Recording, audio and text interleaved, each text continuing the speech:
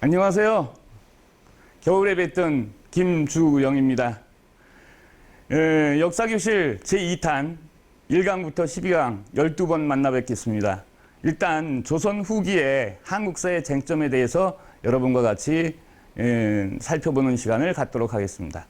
오늘 첫 번째 시간은 대동법이라는 세법의 변화에 대해서 사회적 변화 현상까지 연결시켜서 살펴보도록 하겠습니다.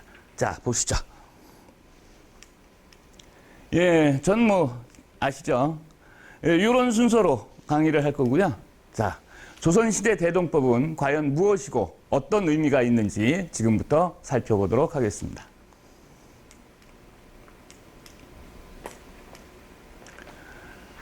자, 동아시아 세법은요, 세 개로 나누어서 조용조 세법이라고 합니다.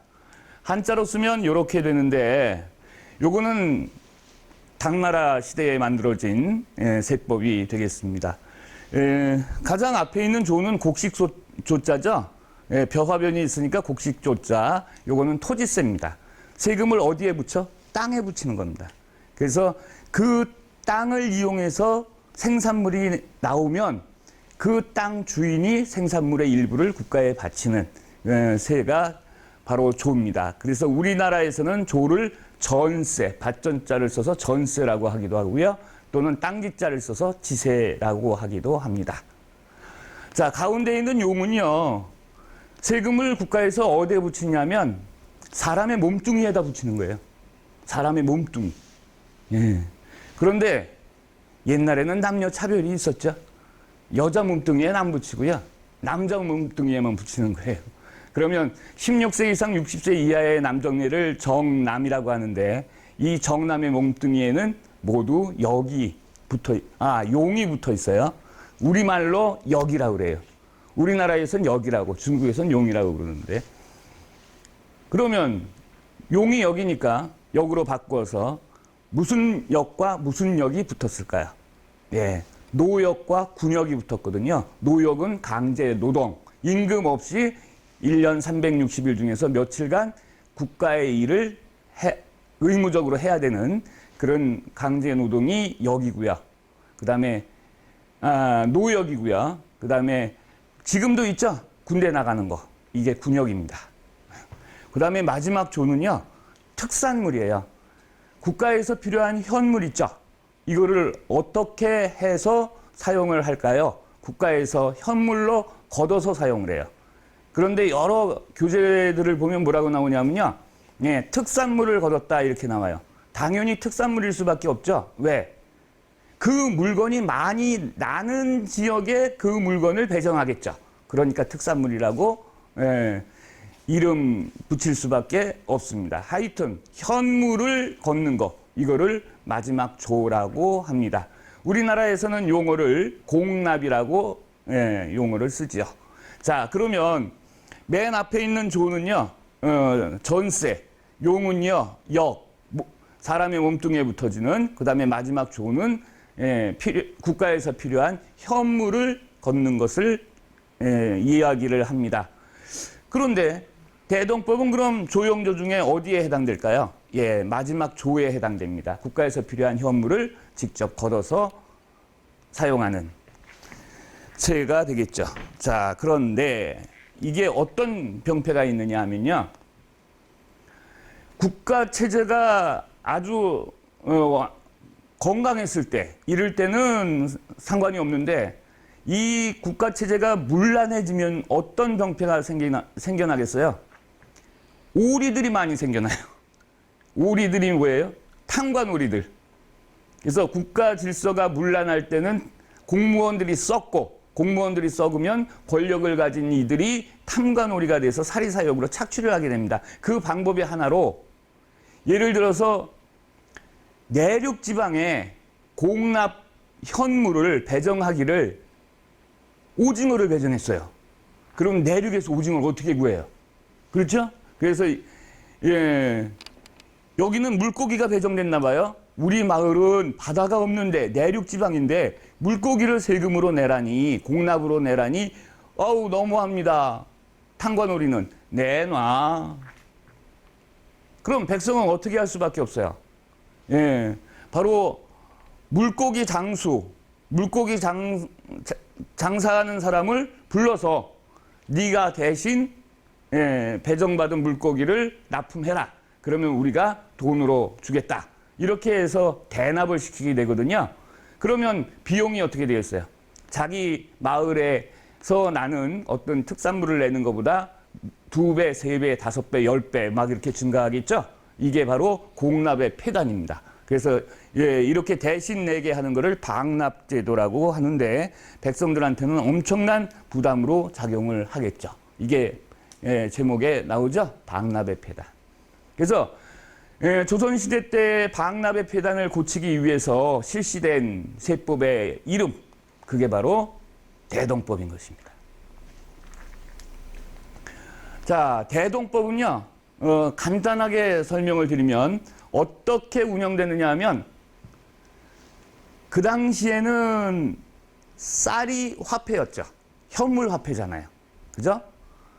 그러니까 현물로 내게 하면 조금 아까 보셨던 것 같은 폐단이 많이 일어나서 백성들을 괴롭히게 되니까 현물로 걷지 말고 공납 대신에 쌀로 걷어라 이렇게 됩니다. 그러면 쌀이 현물 화폐니까 곧 화폐로 걷어라 그런 뜻이에요. 그러면 국가가 필요한 현물을 직접 현물로 걷다가 쌀로 걷게 되는 게 대동법이죠. 그러면 국가는 쌀로 걷어서 필요한 것을 샀쓰겠다는 뜻이죠. 자, 그러면 대동법의 의미를 다시 한번 새겨보겠습니다. 국가에서 필요한 현물이 있죠. 이거를 현물로 걷어서 쓰다가 이제는 화폐로 걷어서 샀쓰겠다는 거죠.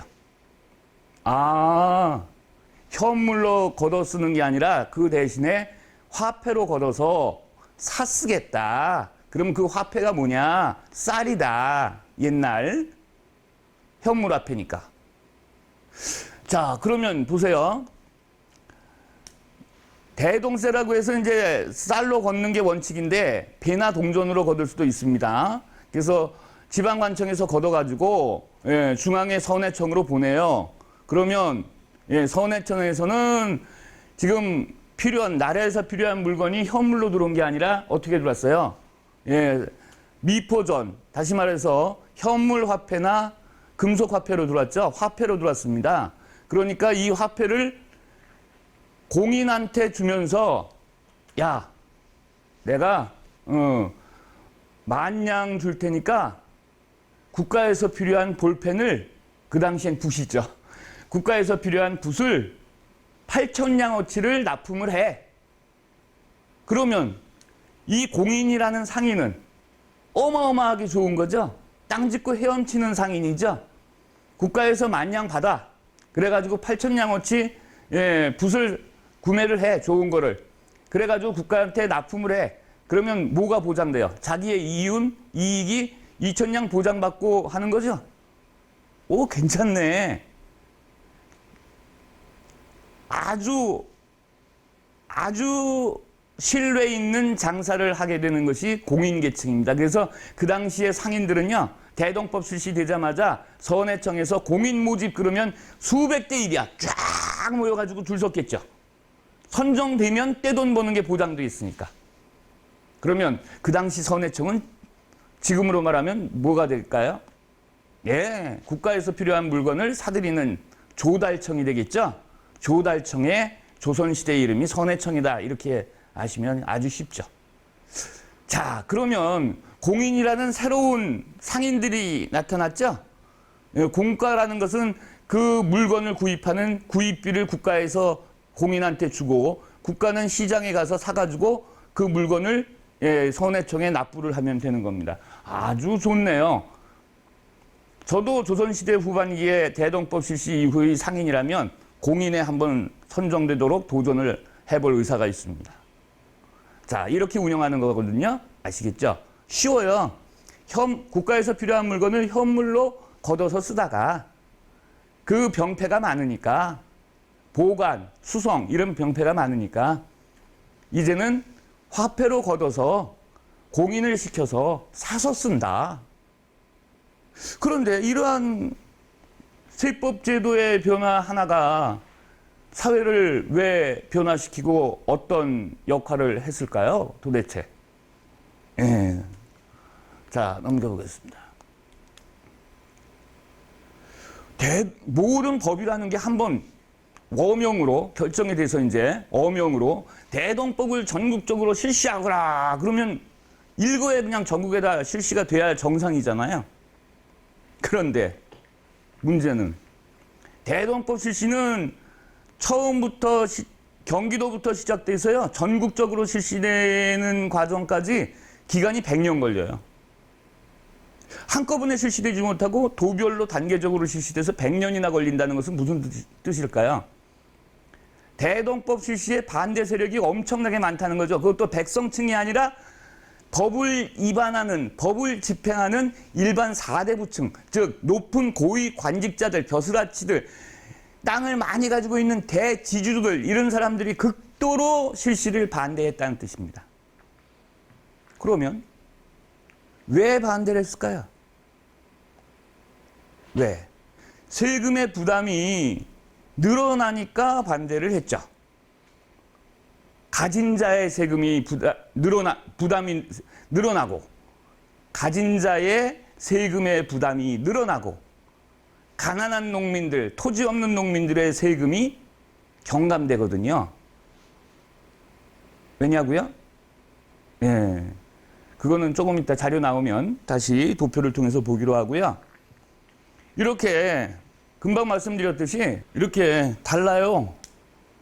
실시 연도가 도별로 다르죠. 경기도, 예, 충청도, 전라도, 경상도, 강원도. 아, 그러면 전국적으로 실시됐다고 했는데 왜 6도냐? 평안도와 함경도는 왜 빠졌냐? 안 걷는 게 아니고요. 똑같이 걷어요. 그런데 국경선을 가지고 있는 도기 때문에 자체 군사비로 사용하고 중앙정부로 보내지 않거든요. 그래서 평안도와 함경도는 똑같이 조세는 걷되 중앙정부로 보내지 않는 지역이다. 그래서 인유지역이라고 합니다. 여기 인유지역이라고. 자, 그러면 그 다음 보시죠. 그거를 색깔로 좀 표시를 해봤어요. 그랬더니 경기도부터, 그 다음이 강원도, 그 다음이 전라도, 그 다음이 경상, 황해도, 뭐 이런 식으로 해서 전국적으로 실시되는 게 1608년부터 실시가 시작이 돼서, 예, 황해도까지 1708년, 딱 100년 걸리네요. 무슨 뜻이에요? 저항 세력이 많았다고 아까 말씀드렸죠? 저항 세력이 많았다. 야, 그러면 왜 저항 세력이 많을 수밖에 없느냐? 대동법이라는 세법이요.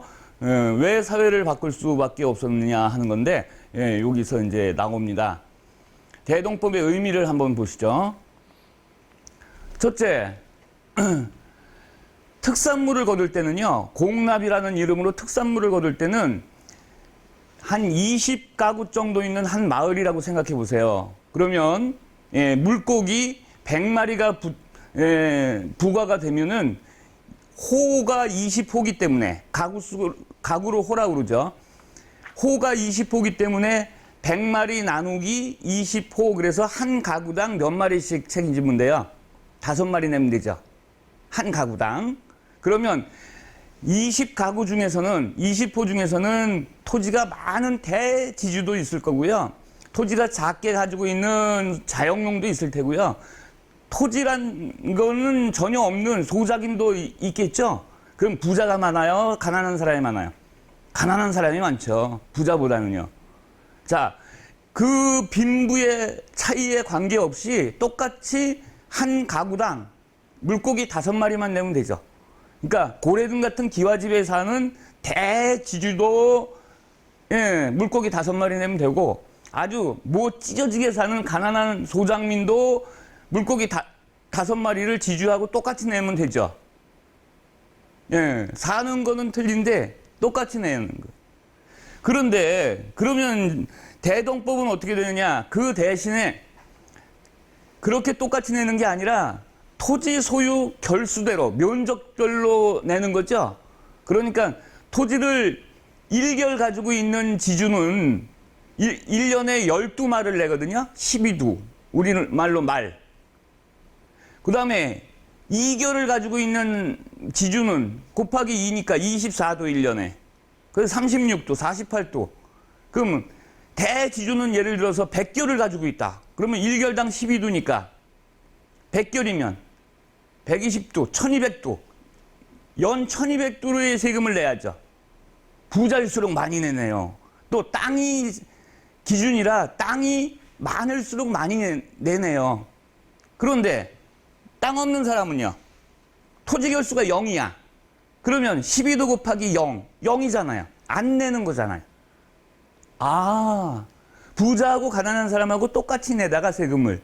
대동법이 실시가 되면 부자는 많이 내고 토지 많이 가지고 있는 사람은 많이 내고 토지 없는 사람은 안 내도 된다는 거죠. 토지 없는 농민은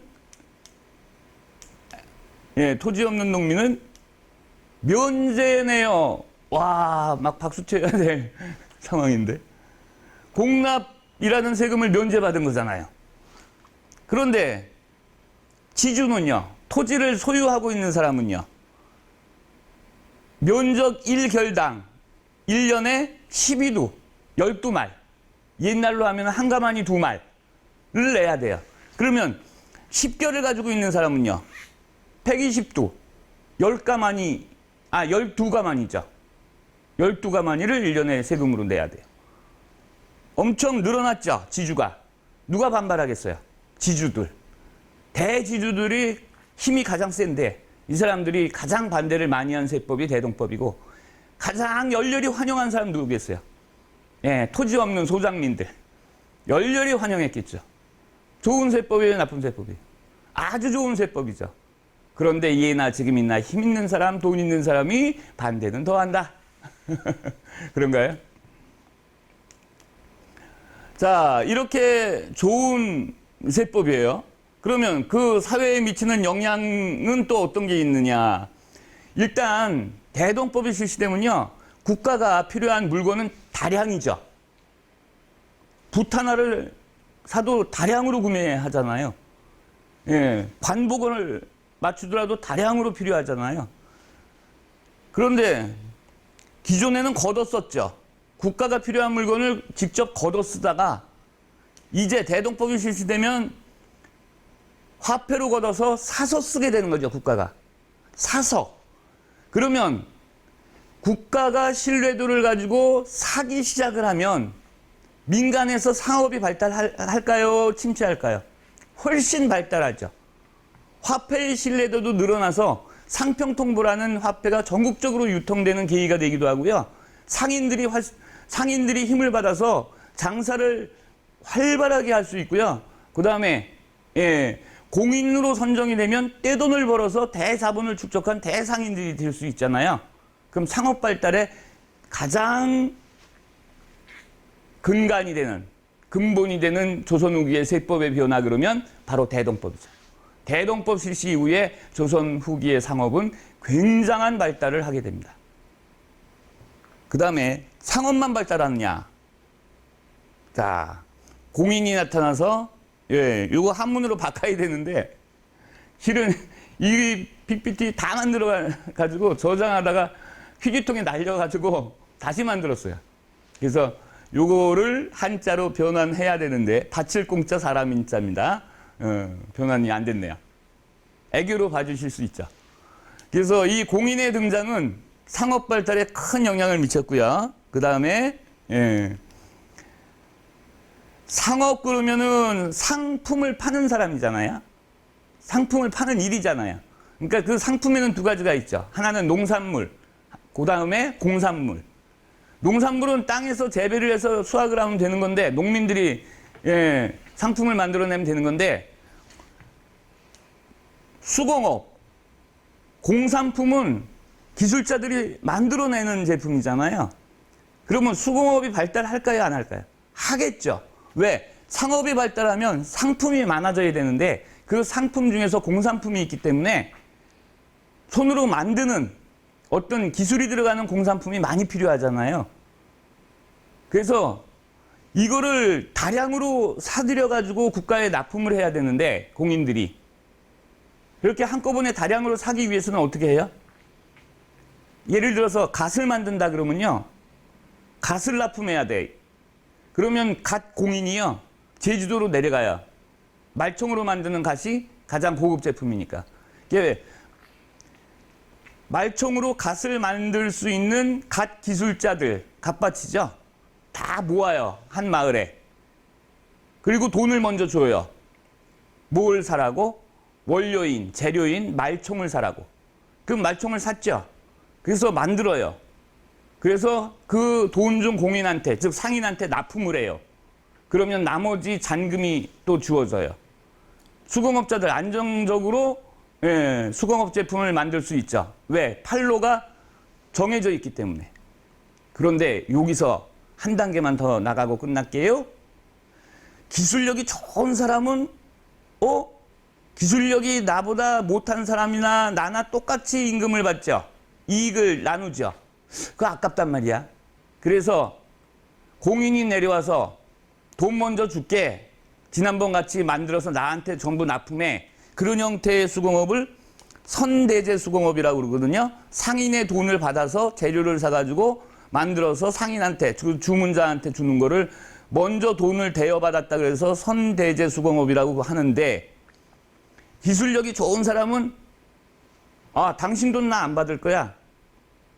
나도 돈 있어. 그래서 자기 돈으로 원료를 사가지고 끝내주는 자기만의 실력으로, 기술로 물건을 만들어서 시장에 내놓으면 가격도 자기가 책정할 수 있죠.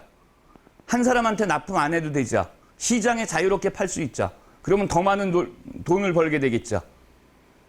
따라서 그 사람들을 뭐라고 하냐면 독립수공업이라고 합니다. 그래서 우리나라에 대동법이 실시되면 부자는 세금을 많이 내고 가난한 사람은 세금을 적게 내는 그런 세법이었고요. 그 다음에 국가가 필요한 것을 걷어 쓰다가 사쓰게 됨으로써 상업이 발달하고 수공업이 발달하는 산업에 큰 영향을 끼친 세법이 바로 조선 후기의 대동법입니다. 오늘 1강은 여기서 마치도록 하겠습니다.